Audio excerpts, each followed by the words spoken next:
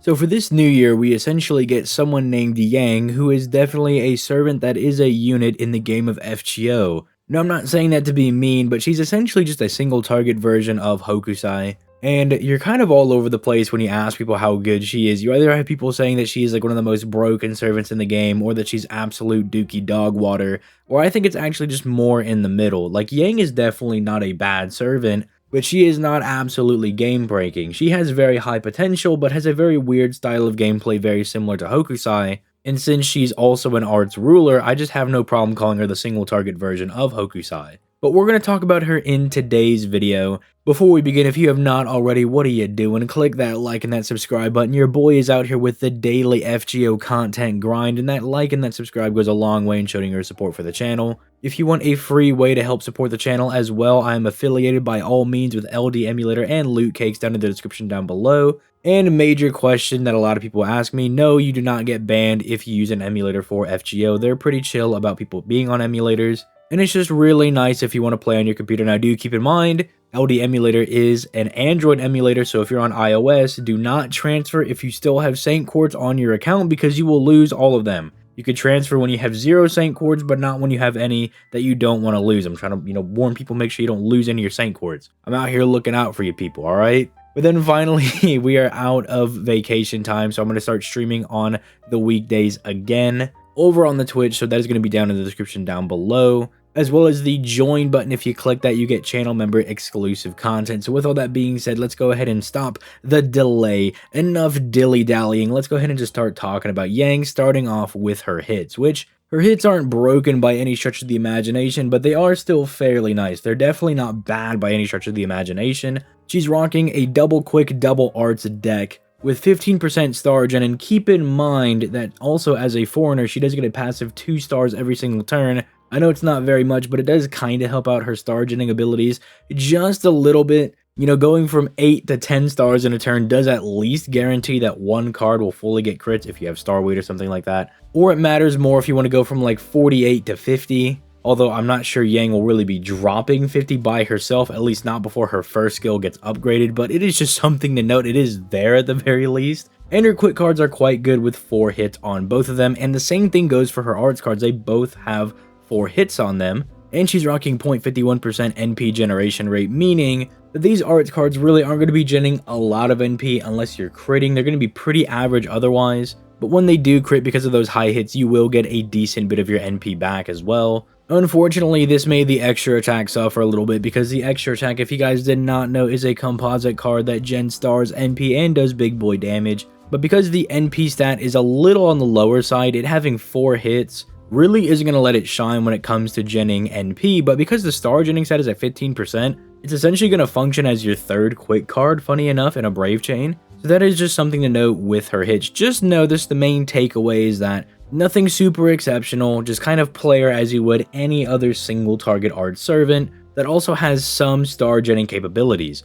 Now, looking at her first skill, you got a lot of stuff going on here, and honestly, whenever this buff comes, it does a lot of good for her, because we'll talk about the pre-buff version first. She's getting 1 turn of invincibility, refunding her NP every single turn for 3 turns on a 10% value, dropping 15 stars, and then taunts all male enemies to herself for 1 turn. Now, this is not a bad skill in and of itself. The invincibility is very strong because as a single target art servant, you're probably bringing her to boss fights, right? And so having her own version of survivability is very good, even though if you're pairing her with someone like Castoria already provides like solemn defense and her own invincibility to whoever she's buffing, but having that extra line of invincibility is always very good. I mean, after doing a lot of those crazy raid quests over on the JP version of the game for the Koyanskaya event, I was very happy that characters like Kiara had their own invincibility for whenever some whack nonsense was going down where I wasn't able to get Castoria's NP or her 3rd skill.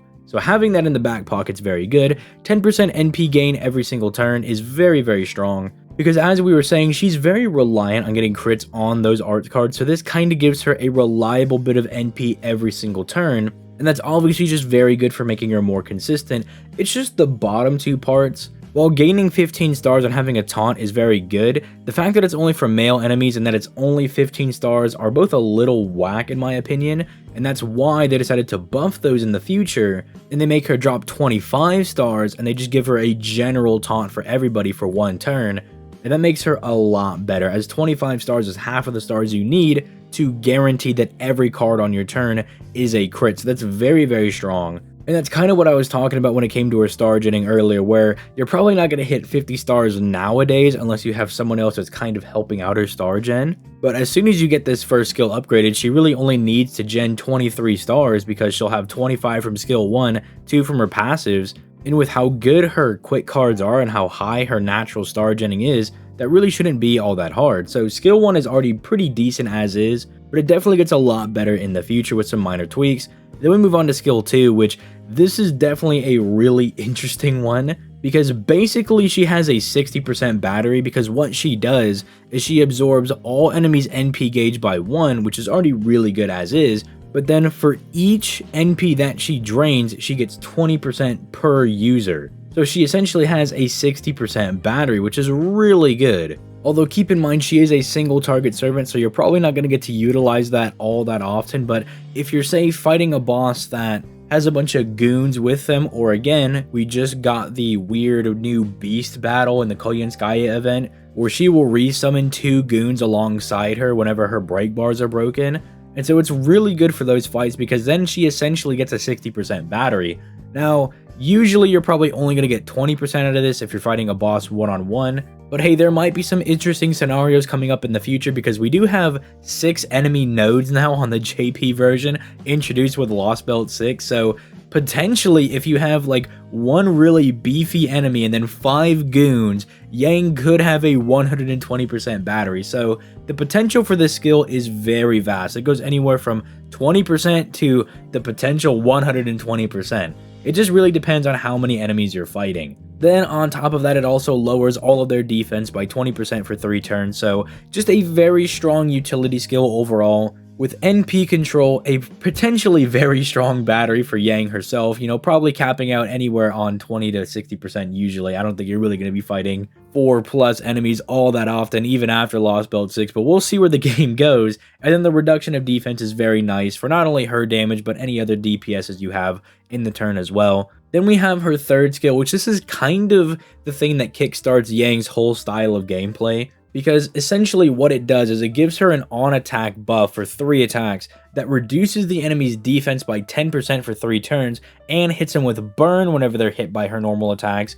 And the reason this is important is because you want to slap on these 3 debuffs as soon as possible, because then essentially that enemy is going to have a 50% reduction in their defense, the one enemy that you attacked, because they're getting a 30% down from the third skill and 20% down from the second skill. And then spoiler alert, burning the enemies is actually the one time this is actually important, because Yang actually has a special damage mod against burned enemies. So this is what really gets Yang going, because if you don't really have any of these buffs up, Yang's damage isn't really the greatest. But if you do have these up, it makes her an exceptional boss killer. Now, the reason I kind of compare to Hokusai is because it's a little wacky depending on how you use it. Realistically, like what you probably want to do is just pop this off on your first skill, just hit him with a Brave Chain from Yang just to make sure you just fully debuff them with this third skill, get those 3 attacks in, and then try to fire off 2 NPs consecutively, which really shouldn't be all that hard, especially when you have people like Castoria running around. Yang's own NP doesn't have the highest amount of hits at 4, but it is still decent enough that you could probably get a refund going. Again, especially with people like Castoria, Nero Bride, Paracelsus, even people like Waver and Reigns that can just dump massive amounts of NP back into her. And so it's just ideal to do something like that to make sure that you don't have a weird NP chain. And what I mean is that you don't want to kind of fall into the Hokusai problem where you have to use like your cards in front of her NP instead of behind them, because ideally what you want to do is you want to fire your NP and have things like your arts cards follow up on the NP so you can get as much refund as possible. But thankfully, at least for Yang, she doesn't have the same problem because Hokusai is restricted to her arts cards, and that would make Hokusai a little bit weird to use because you want to have those arts cards behind the NP, but Hokusai really wants them in front for damage. Whereas Yang, at the very least, your opening turn, you could just go like Buster Buster NP extra attack, right? You could at least do something like that. So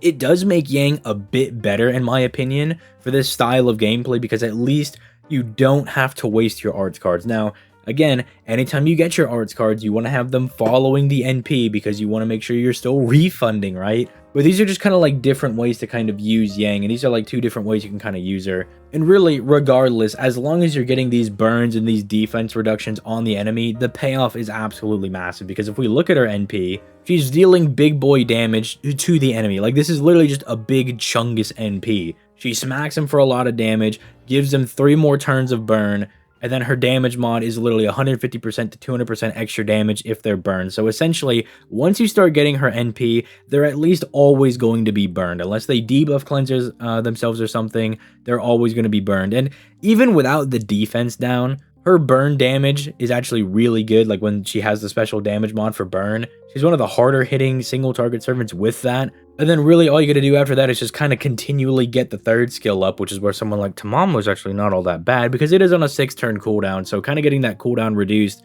to make sure you can always just keep smacking them with defense down really does help her damage be really consistent. But overall, she's just like a really solid like A+ servant. I would like to see maybe 1 or 2 more buffs to Yang.